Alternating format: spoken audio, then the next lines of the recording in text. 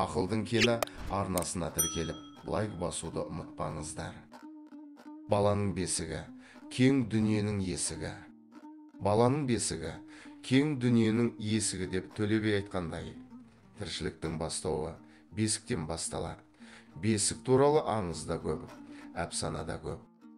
Дегенмен, киелі тұтқан бесік қазіргі күнде қолданыста болғанымен, оның маңыздылығы туралы, пайдасы туралы түсінік өзгергендіктен, көбінесе тек оңтүстік өңірлерде ара тұра ғана қолданады деуге болатын шығар. Аттан жығылсақ та, салттан жығылмайық дейтін қазағым салтны қай дәрежеде сақтап жүр. Ол жағында ешкім елеп ескеріп жатқан жоқ. Керісінше, жыл өткен сайын неше түрлі жаңа салттар қосылып, ел естімеген кәделерді де көріп, таңғалып жүрміз. Оңтүстік өңірлерде тұңғышын босанған қызының артынан анасы, яғни баланың нағашы әжесі бесік жасаулап апаратын дәстүр әлі де өз мәнін жойған жоқ. Бесік тойда жылда түрленіп жаңа сипатқа еніп келеді. Бұл бесіктің түркі халықтарының, оның ішінде қазақ үшін ешқашан өз маңызын жоймайтындығын көрсетсе керек. Бұрындары баланы бесікке саларда ауылдың 5-6 әйелі жиналып, шағын дастарханда бас қосып бесік жырын айтып баланы бесікке салатын. Бесік той дейтін еді соны. Ал қазір бесік тойдың өзін дүркіретіп, тойханада 100-150 кісіге арнап дастархан жаяды. Ол аз болса құда-құдағиға сый-сияпат, алтын тағуы бар. Бесікті әкелген нағашылары осы тойдың үстінде бесікті сатып алыңдар дейтінде кәденің түрі шықты.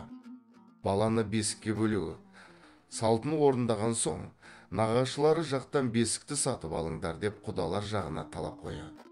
Оны сәбидің ата әжесі сатып алады. Қарап тұрсақ, бұл да жай қызық үшін қосылған кәде сияқты. Барлығы да жас нәресте үшін жасалынып жатқаннан соң, баланың дені сау, бақытты болып өсу үшін ниет таза болғаны жөн. Ал бесікті сатып аларда сатушыда да ансап болуы тиіс. Сатып алушы да бесікті сатушының айтқан бағасына келісуі керек. Бесікті сатпайды дегенді жиі естіп жүрсек те, оның түпкі мағынасына неге болмайтындығына мән бермейтініміз анық қой. Мүмкін бұған нақты жауап та жоқ болғандықтан, ешкім түсіндіріп бере алмағандықтан сол күйі жұмбақ болып қалған шығар.